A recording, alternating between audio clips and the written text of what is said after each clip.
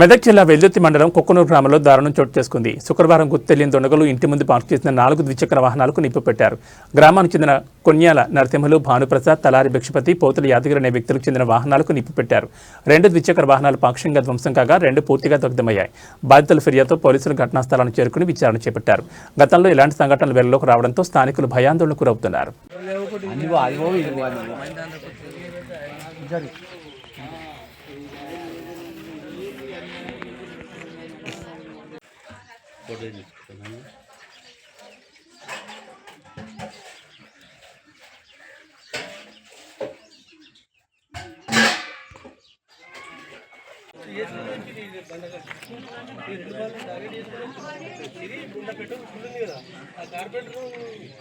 Night 10:40 దాకా నేను కడిపెట్టింది ఇల్లు మేలుకున్నా సరుకు కళ వేసుకుంటూ కూర్చున్నా పోయినా తెలియదని చెప్పి సబ్జెక్ట్ అనుకున్నాను నిలబట్టింది.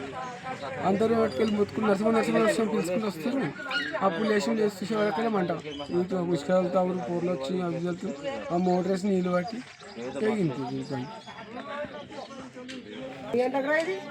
అన్న 10:40 దాకా మేలుకున్నాను. నేను పెళ్లి చేసి ఇంట్లో పోయి పండుకున్నాను. నిలబట్టి కలప కడిగి నిన్న కడుపెక్కించుంటుంది చుట్టాలు ఇంటున్నారు అని చెప్పి పోయి పండుకుని నా కొడుకు మొన్న వచ్చిన అంత 3 కిస్తీలకు కట్టిన అన్ని బండ్లు అదే టైంలో నాది ఒకటే 4 సంవత్సరాలు బండి, 5 సంవత్సరాలు.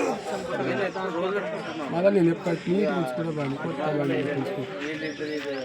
నాది గ్లామర్ బండి, నేను ఉప్పున్నప్పుడు వేసుకుంటే పని చేస్తాను. రోజు పొద్దుగా వచ్చిపోయి పోతా వస్తాను. పొద్దుగా పోతే మళ్ళీ పొద్దుగా వస్తాను.